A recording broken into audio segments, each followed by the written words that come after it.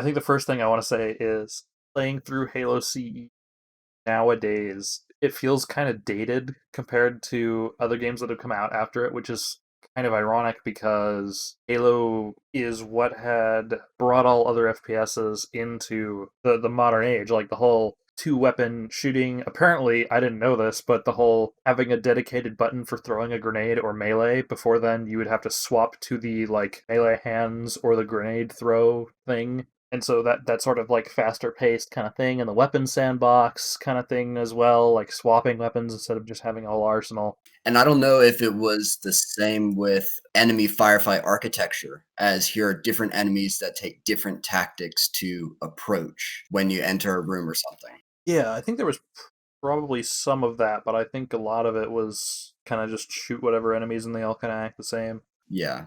I'm just keep thinking about Doom. But it's because it's crazy because like Halo is the reason that all of these things came to be, but it's kind of dated itself that way because it's not the best version of that now, and so it feels like going back and playing the earliest iteration of something, so it doesn't feel as special anymore. No, that's exactly right. Is it was the first of it, not the best of it.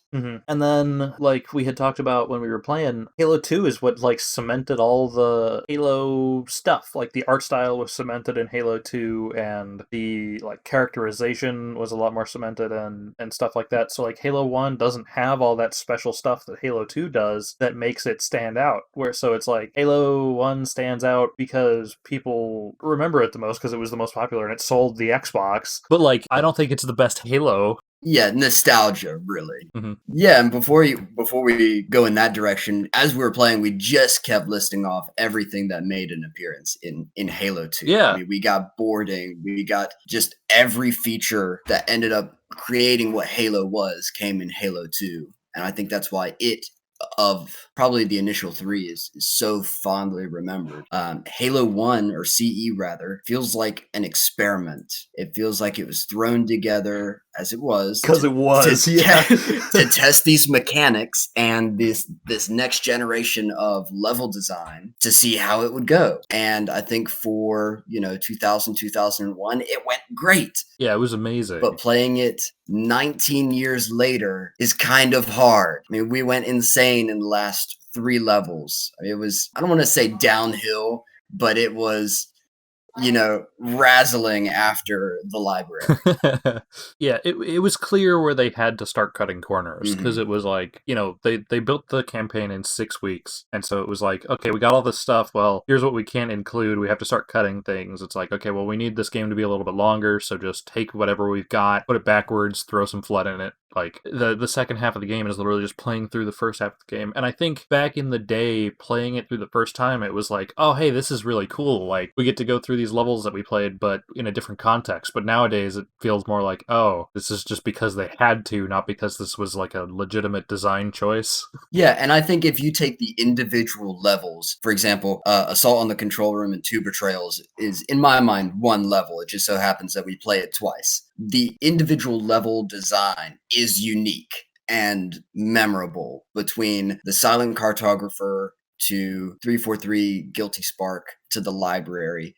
There is some repetition within that, but I think the level design also stood out. Halo and the Silent Cartographer are 2 levels that are pretty iconic for early Halo, it seems like. Yeah, and the Warthog run. The Warthog run especially. Yeah, I think it holds up, or it stands to reason that like the things people remember about the Halo CE levels are not the bad parts. It's just because they're all so unique from each other that you don't remember until you go back and play it. It's like, oh, Assault in the Control Room has like 8 identical bridges that just get harder and harder. Yeah. That are just a pain in the ass. Yeah, you get lost in the Truth and Reconciliation purple hallways with no direction. The library. Oh my god! I think everybody remembers the library. Yeah. Yeah, we all remember it, but they had to add the arrows in the anniversary edition just because it was so easy to get lost and turn around. And it's so funny with the library. Like I think most people have that moment where it's like, I played this like 19 years ago. Like, Mhm. the library, all this was new, so maybe the library was hard because I didn't know what I was doing. It's like, no, the library's just hard. The library is a bad level. And it's so validating that the developers think the same as Yeah. well, is that everybody's like, "Yeah, this is definitely one level too long, one elevator ride too Yeah, much." and it was like, this was never their baby. This was never like some kind of thing they thought was special. It was like, this level was something else until like one day. And then they had to like throw something else together because it just wasn't working. And to get it working, it's Yeah. just a monster. Yeah, it's not Silent Yeah. Cartographer. Their baby was Silent Cartographer, and it's very clear because that is easily the best level in Halo CE. I would argue that's one of my favorite levels. It's definitely in the top 5. Yeah, in like all of Halo, yeah. Yeah, period. And the level in Halo 3 where they have you kind of start in the same way and you fight across a beach and you go into the like interior of the beach to get those Silent Cartographer vibes Mhm. is also just like such great nostalgia because it's like recontextualized and redesigned, but still that same feeling of like touching down on the beach, epic action, and then making your way inside stuff was so good. Yeah, and Pillar of Autumn, for example, has the well typified pros and cons. Pros is that there are multiple hallways that you can engage your enemy in different ways as you see fit, which I know was one of their big themes in level design. Mhm. But you also have the problem of repetitive hallways again. Yeah. And it's difficult to really remember here's the hallway where I'm able to do this and go around and throw grenades from this way and really catch them by surprise and make the level easier or something like that. I do think that level being really short works to its advantages because it's like True. they introduce the Covenant as you're running to the ship, so you know exactly what you're going to be fighting as soon as you get your gun. You fight your way out, and I'm assuming on a first playthrough it probably wouldn't take 10 minutes, but like it doesn't take more than 20 minutes. Hmm. And that works to its advantage because then the next level, Halo, is like twice as long if you're new to it. And Yeah. it's like, okay, going from these like linear corridors and just fighting enemies to these open, expansive areas and getting the option to approach each objective in whichever order I want was super cool, which never comes back. Yeah. It's like, that's the only level you ever get to approach an objective in whatever order you want, which is a little weird because I think that goes back to them having made the campaign in 6 weeks and like not having the time to do that. Yeah, and that is the most open world Halo that we've ever gotten until Infinite comes Yeah. out, essentially. And it is funny because like I read through a bunch of stuff about the development of CE because I didn't want to talk about this wrong, and it feels like Infinite now is what they wanted Halo CE to be 19 years. It'll be 20 years ago. Yeah, and you could argue, oh, ODST had the Mombasa Streets open world. Eh, That doesn't count. That yeah, doesn't count. You're just going from mission to mission, and then you have individual. yeah. Mombasa Streets is not a mission of its own. Yeah, and the whole open world thing, like Bungie back in the day had said they wanted a levelless game, like you don't have to load into levels, and that was you did load into levels even in an ODST because that just wasn't possible. But now since like 2013, it's surprising that they've never made an open world Halo until now because open world games are so much more prevalent after about 2013 because the next gen consoles GTA 5, yeah, GTA honestly. 5, and then the whole PS4 and Xbox One era was finally able to do like really nice, seamless open world games without load screens. It sounds like they just fell into the formula of, hey, here's 10 missions. Yeah. And I think that works to a degree, is even in Halo Reach and Halo 4, I like that style simply because it's almost nostalgic of that's how Halo is. Sure, yeah. So I'm glad that they are going to the open world. It'll be interesting how they keep pacing Mhm. and how they fill that world. So they have some challenges ahead, but I would love to see, that 1999 vision come through in 2020 Yep. or 2021. It will. Yeah, seeing all the stuff because it's like Halo CE. Because you never thought about this. Like I mean, I was 4 years old, so I didn't really have any other frame of reference for like first person shooters. But I'm sure anybody else who was playing Halo CE in 2001, they didn't sit here and think, well, this game could have had all this other stuff that no other games have had ever. I'm disappointed that it doesn't have that. No, it was like this is super cool. This is new. Like this is amazing stuff. It was revolutionary. Absolutely. And so like Halo CE sort of cemented itself as not this like unfinished, quickly made mess because it didn't feel like that. Mhm. Because at that point, games were all lacking in that department, so you never noticed what was lacking because it had so much other new stuff. Whereas I think nowadays games have to have a bunch more stuff, and development is a lot harder, so you can like really notice the shortcomings of things. It's like I won't get into a whole other conversation about that, but yeah. No, it makes sense. After the industry adopted what made Halo CE revolutionary, CE, going back to it, became not much Hmm. because we got so used to it. Because you played it originally when you were 4 years old. I didn't get to play it until Anniversary Edition came to the Xbox 360. Yeah. And I don't remember my first impressions or opinions. I didn't have strong ones upon playing it for the first time, but it now coming to PC and being able to play it Hmm. consciously and being able to see all of the seams that were not really buffed out, as it were. Yeah. It's obvious. It's absolutely Yeah. obvious. And I think CE to Halo is almost like with the new Doom games. Like Doom 2016 was so revolutionary at like putting FPS back to like a simpler time. Hmm. And then you go play Doom Eternal, and then if you go back and play Doom 2016, it doesn't feel as good to play anymore, even though it felt really, really good the first time because Doom Eternal fixes a lot of the things that the first one had problems with. It I would also make the comparison because I enjoyed the Assassin's Creed games. Hmm. Uh, Assassin's Creed, the original versus Assassin's Creed 2 Yeah. is the exact same between CE and Halo 2. Is one, when you go back to Assassin's Creed 1, felt very experimental. They were doing this open world. They were working on the mechanics and the fighting, and it was definitely janky. Is the timing on some of your parries in this combat system were way different that they fixed in 2, and 2 Assassin's Creed really cemented what a good Assassin's Creed game was. And it's the same thing. If we're going back and saying, is Halo CE a good game? It depends. Yeah. And it's like, I think it's all about the context. Yeah. On its own today, yeah, if you love Halo and maybe you played it when it first came out and you really enjoyed it when you did, you're going to go back and really enjoy that nostalgia.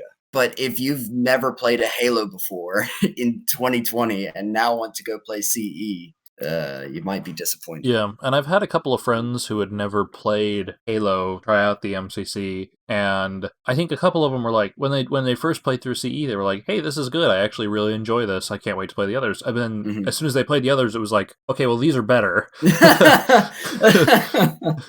Yeah, because the Halo experience is definitely it's unique. Yeah. Is not only is it great fighting and great level design, but the simple story and progression of CE is pretty smart as well and hyper enjoyable.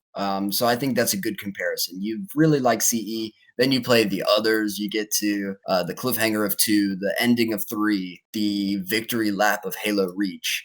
CE is a bit like, oh, well, yeah, I guess. After we've played it so many times, Yeah. whether it be speed runs or par score, achievement hunting, the like, and then going back and just playing it on heroic and trying to get through it's kind of painful. Yeah, balance is not exactly the strongest. One of the strongest and weakest points of the Halo series is that each game is so different from each other. Mhm. With like Assassin's Creed, like you were saying, after Assassin's Creed 2, I think up until like Unity, every Assassin's Creed feels exactly the same. And there's like little differences, Mhm. but you can go back and play a previous Assassin's Creed game without feeling like you're missing out on something new until they started changing the formula again. Yeah. But Halo, I think in my opinion, the weakest Halo ODST is because it just feels like a watered down Halo 3 because it was. Because every other Halo is so unique that it's hard to pin one down as like the worst because they all do things completely differently. Yeah, Halo 3 definitely feels, if you after you think about how they came out. You had Halo 3 and then you have Halo 3 ODST. Halo 3, you're the Master Chief saving the universe. It's very clear what the goal is, who the enemy is, Hmm. and what the oh shit moments are. But you go into Halo 3 ODST and the story structure is just strange. It's just different. Is you go in and Hmm. you have the familiar Halo 2 moment of Prophet of Regret slip space jumping out of New Mombasa, and you pick up there. Which is already confusing. Yeah, Halo because 3. yeah, it's called Halo 3 ODST. But that happens during Halo 2. But then after that, you have no real goal other than to find out what happened while you were napping. Mhm. There's no, we Yeah, have for to do 6 this. hours. We have no idea what's going on. We have no goal. We have no, let's stop this subset of the Covenant army and accidentally help Chief or whatever. That plays into Halo 3 somehow. They could have easily done that where an ODST special ops team goes and does something big that we only adjacently hear in Halo 3. Because I would argue that Halo 3 ODST, the ending, doesn't really matter. Yeah, it really We doesn't. get Virgil to hack us into the BattleNet, and that doesn't mean anything to us. We already know the Ark is there, or it doesn't matter in Halo 3 that the teleporter to the Ark, it was found before A happens before B or what. It doesn't matter, but somehow they've worked it into the story. And it could have been better, or if you approach ODST like a DLC as it was meant to be. Well, you say that, but ODST came out 2 years after Halo 3 and was full price. So it was not Really? it was never intended to be like a DLC. So Not even in development that it was meant to be, yeah. and that it just ended up being a full game. Okay, well, Yeah, it was meant to be like its only game. point proven. It feels like a DLC. Yeah, exactly. If it were like $5 or $15 back in the day, I think that would have been cool. But it came out 2 years after 3, and it was this big. They put it out as like this. Oh, it's going to be this big new thing. It's going to be a lot more serious than the other Halo games, and it ended up as this like really stripped down noir kind of thing, but not good noir. It was just like it's Yeah, kind of which dark. could have been a good idea if you Yeah. weren't putting Halo 3 on the box cover, where you end an alien war versus where'd my friends go? hmm Feeling around in Yeah. the dark. And I so, also think because it's the only Halo that doesn't really have to do with Halo. Like yeah, it yeah, does, but also you never see or step foot on a Halo ring. Like you don't step foot on a Halo ring in Halo Reach, but that culminates into the beginning of Halo 1, so it's sort it of has an excuse. it's important. And then ODST is just like, yeah, whatever. I think it would have been really cool to see stuff about Alpha Base on Alpha Halo, but Mhm. that ended up being a really crappy arcade game. It was Fireteam Raven, I think. Yeah, that sounds about right. Because I think I saw it in, like, a Hidden Xperia video that he talked about it briefly, considering that it is canon. It's a canon game. Oh, wait, the problem was that the arcade game has buggers in it. That was the problem? Yes, the arcade game that happens during CE on installation 04 has buggers. That was the problem. Well, that's sort of just like a retcon, because like it's the same Yeah. reason that brutes weren't in CE. Like they retconned as like, oh yeah, the Thelvadam's fleet didn't like brutes, so that's why they weren't in Halo 1. It's like, no, they weren't in Halo 1 because they just weren't a thing. Yeah, Like and that's an easy thing to forgive and write out, which is fine. so I think throwing buggers into CE would be fine, having different enemy type. Because like engineers were supposed to be in Halo 1. We don't even see them until ODST. Like Were they not in Halo 3? I guess not. no, yeah. The only times we see engineers are ODST and Reach. Wow. Yeah, we do see him in Reach. With a 20-year saga of games, that's clearly forgivable. Yeah. When things pop up or disappear, and it's same with Star Wars, is if you tried to keep everything canonically consistent, it would be a logistics nightmare. It'd be a writing nightmare. Yeah. And you'd end up limiting yourself. When we can employ this level of, but we just allow ourselves to be immersed in it and breeze over some of those inconsistencies. That's fine. Yeah, and I think a lot of those consistencies, especially with enemy variety, is just like you can forgive. It's like, okay, there weren't buggers in Halo 1. Well, maybe that's because this game set on the ring in Halo 1 is in a different area or something. I don't know. Yeah, very easy to Yeah. write out. The events of Halo 1 were how long? A day? I think it was longer than I don't that. know. It feels like it. I think it was several days. It was probably around a week, I think, because And especially it's a little bit hard to tell because of the cut content in Halo CE that would have bridged gaps, but I Mhm. think it was intended to be probably 6 or 7 days because we never actually get to see any of the downtime.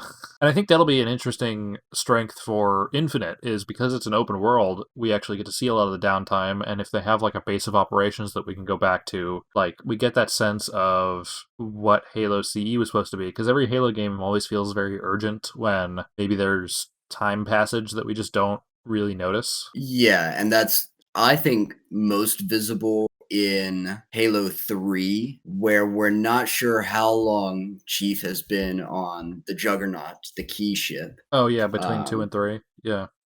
uh, anyway, CE in a nutshell, yeah, it's aged. It's aged really hard. More so than Halo 2 and Halo 3, even Halo 2, the anniversary edition. I often play it without the anniversary graphics on. Have both aged really well for 13 and what year did Halo 2 come out? 16, 2004. 2004. Yeah, so 13, 16 years, pretty damn good. They're still highly enjoyable now, and we even have the argument of, is Halo, do you even want an anniversary edition of Halo 3? I don't really care to have one. It would mostly just be to update the graphics. Yeah. Could like the other ones. Now, something to be said of Halo CE, that was around the time when I guess just game design in general was still sort of trying to figure out to be consistent. So you had a lot of games and like it was PS2 era. If you play a lot of like PS2 era games, the game design is a bit baffling and it's like, how did I ever beat this as a kid? And like going back to them, it's like really strange decisions and like things you would never really know how to do unless you just kind of accidentally stumbled upon it after 20 minutes. Yeah. Halo CE at least has a very consistent design to it, and you can play through it if you've never played before without getting too lost. There's bits where you'd get lost, like especially in Truth and Reconciliation and maybe the library, but like you can get through all the levels just fine without having to figure out like, oh, here's some little weird game mechanic that they decided to throw in. There's never any of that. Yeah, there's not. And I'm trying to think of what games I played on the PS2. A lot of Call of Duty, a lot of Medal of Honor was on the PS2. hmm I know the first Kingdom Hearts was basically impossible to beat without a guide. um, Silent Hill, that was very, very hard to beat. I think some of the Resident Evils. In that way, I guess I can forgive it. Because if we were, I'd say like this age in 2000 playing it, it would be pretty good compared to everything. Oh, it would have been fantastic compared to Yeah, everything else on the yeah. market because there just wasn't anything like that, especially for consoles. Like FPSs on consoles, we had like GoldenEye, and then Which was odd on the Trident N64 yeah, controller. That was real weird. but then along comes Halo, and it stacks up against the popular FPSs at the time. Like on PC, it was like, oh yeah, they had Unreal Tournament or whatever, and then maybe Half Life. Doom, Quake. Halo was more popular than that. Mhm. Yeah, it was really the console propellants, the catalyst, which makes it a kind of, I would say, baffling experience to finally, I say finally, but to officially get it on PC, because I never played the ports back in the day either to PC, as I've only had MCC. Yeah, the ports to PC are such a shame that they're not good. Yeah. Well, no, I mean, they're exactly the same experience mechanically, but they have worse graphics, which is kind of ironic because everyone, like, even back in the day, it was like, oh, PC has better graphics than consoles, but the Gearbox fucked that up, and then for the remaster on MCC, they didn't fix any of it. So you still have things like, oh, the jackal shields don't change colors. A lot of the energy colors don't work like they did on console, and then like stroke face, Captain Keys, like. Oh god. And I think that's a shame too, because if nobody's ever played CE before and they play it on the MCC for the first time, number one, the anniversary has the wrong graphic style. So number one, you're getting a different experience there. But if you play it on the original graphics, you're also not getting the original experience because it looks worse than it did on console. Yeah, at this point, I don't even bother switching to CE anniversary graphics because they're such a small step up from the port that we already have on PC. I would rather just play original graphics. What's wild too is I think CE Anniversary came out 2011, which was a year after Reach. Hmm. But Reach looks better in pretty much every case, Yeah. which is weird because a lot of CEA is also just Reach models ported over, but like very poorly. Especially like looking at Captain Keys. Captain Keys looks awful in CE Anniversary, and he did not look like that in Reach. Yeah, which is bizarre because I would say Halo Reach has aged really well too for a 10-year-old game. I really, you know how I feel about Reach. Because 2010 was sort of the era, I think it was like 2009 is where mocap started becoming very commonplace in Mhm. games. So Reach's cutscenes don't look a little janky like the other Halos. It's like Yeah. Halo 3. Whenever you look at those cutscenes, it's like, okay, these were clearly keyframed animations. Like people's faces look awful. They're not lip synced correctly. It's like I can forgive that because the gameplay's fun, but like all these cutscenes look really bad. Yeah, it's better in Halo 3 than in Halo 2. Halo 2 is Oh yeah, hyper well that was a whole console gap. Yeah. But then, like Halo Reach, they have proper lip sync. They've got models that look fine nowadays. They just look a little bit cartoony. They don't look ugly, realistic. I don't think anything stands out as like very bad in No. Reach on that respect. And then, like the motion capture looks fine for the cutscenes. The art style is still very strong because it's still very Halo, and they were able to change a few things, and it's a little grittier than the other Halo games, but it still looks fine. Yeah, I think if you say CE plus 10 years, Halo Reach is a fantastic accomplishment. And so I'm hoping we say the same thing, Halo Reach plus 11 years to Infinite. And yeah, we've already seen a little bit of it. Like the gameplay, obviously, that was a rough cut, and they weren't done with it. But the actual cutscenes and stuff are really, really nice, and they get that sense of like what we never got in Halo Reach was a sense of like how heavy Spartans are. But like just the little we've seen of Chief in Infinite is like this guy's heavy. He's a He's big boy. big. Like because you don't really see. I guess in Reach there's a little bit of talking to civilians, and there's a bit where George is like next to a woman, but Yeah. George is already big. Yeah, he's So it's big hard for to a tell. It's Spartan. like, George is big, so he's up against this person who's big, but like Chief standing next to Brohammer is just like, holy shit, Spartans are huge. Yeah.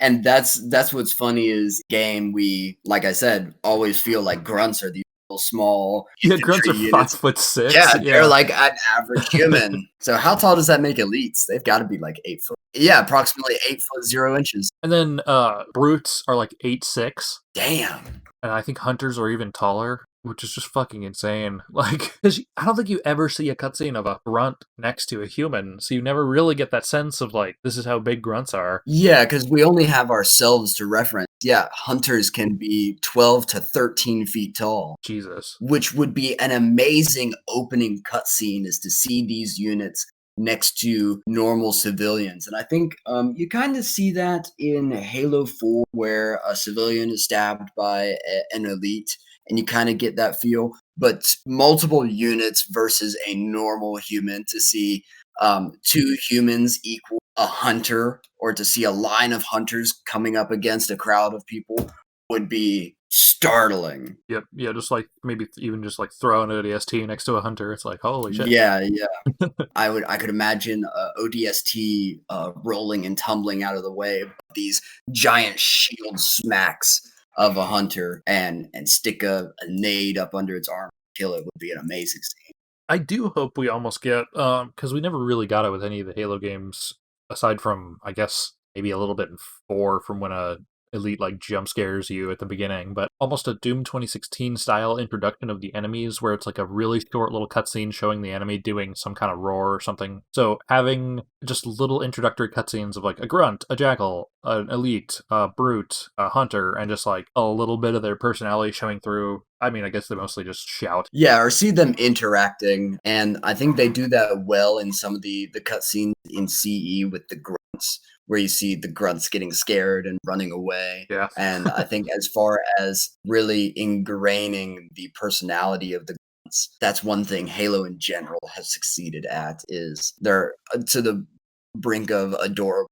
Obviously, we see a lot of the brutes and elites in Halo 2 and 3.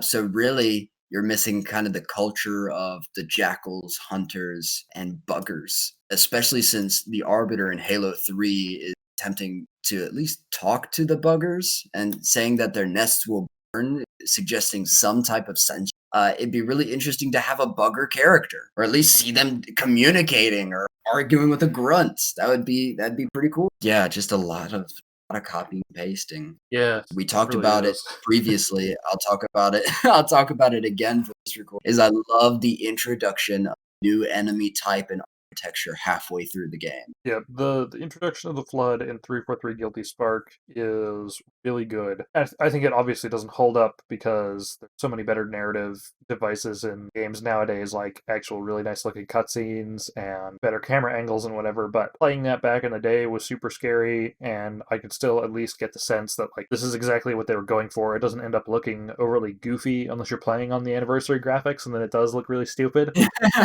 They ruined that cutscene in the anniversary graphics. It is bad. I don't watch Yeah, it. I always have the original on. but there's things like, oh yeah, they knew the shortcomings, so they were able to hide them. It was like, oh hey, the flood looked kind of goofy attached to somebody, so we're only going to get brief flashes of it, or you don't see them sitting there like just kind of wiggling on a model for too long and stuff like that. And one of the worst additions for CE Anniversary is there's a bit where Jenkins falls over and you can just see like a bunch of flood just standing over a body, and they just like kind of go walk a little bit towards it, which was not in the original. It just looks so much worse. Mhm. This CE Anniversary is such a travesty. I know we didn't even talk about CE Anniversary because we just played it on the original graphics, but like CE Anniversary is probably one of the worst anniversary editions of like remasters of a game I've ever seen. Because I mean, I guess there are like other remasters where it's like, oh hey, we'll just add in some new textures and maybe the game gets a little buggy, or like the BioShock remaster I've heard was really bad. CE Anniversary shows a distinct lack of like what made Halo special, and they didn't bother trying to recreate it. They just replaced stuff. And the Halo 2 Anniversary was so much better. I still think, and I guess the Halo fan base is so hardcore that I think trying to remake one of those games would be almost a death sentence for this new company. But Yeah. I do think having a remake of Halo CE with updated mechanics of the Halo series would have been maybe better. But there's something to be applauded of just like, hey, this remaster, you can literally just toggle between the original and the remastered graphics, because like no other anniversary edition remaster does that. But also at the same time, the Mhm. graphics they let you toggle through make it clear. It's like, wow, they really didn't try to capture the original art style. Yeah, and I like they took it a step further with Halo 2 is that you can toggle right in the Yeah, cutscene, exactly. which is amazing. I love doing that. Yeah, and like going through the original in-game cutscenes versus the like blur cinematics. The blur cinematics are Mhm. so great. Yeah, yeah. Didn't Blur do Halo Wars 2? They did Halo Wars 2, they did Halo 4, and I think a little bit of Halo 5. They do the opening and ending cutscenes for Halo 4. Yeah, Halo 2, Halo Wars 2, I mean, Hmm. was amazing. Yeah, Those are some of my favorite Halo cutscenes. they're really good. Mostly because we just see some regular Spartans doing badass shit. Yep. It's not Chief, it's not our own custom Spartan doing stuff in normal armor, Yeah, that because type. it's honestly the first time you get to see a Spartan that isn't Chief doing something really uber cool. Because, like in Reach, there's maybe a little tiny bit of that, but it's mostly outside of the cutscenes. Uh-huh. It's you doing it. The coolest thing that happens in Reach is George stabs an elite after the elite stabs him. It's like, Emil, yeah. what did I say? Did I say George? Yeah. Oops.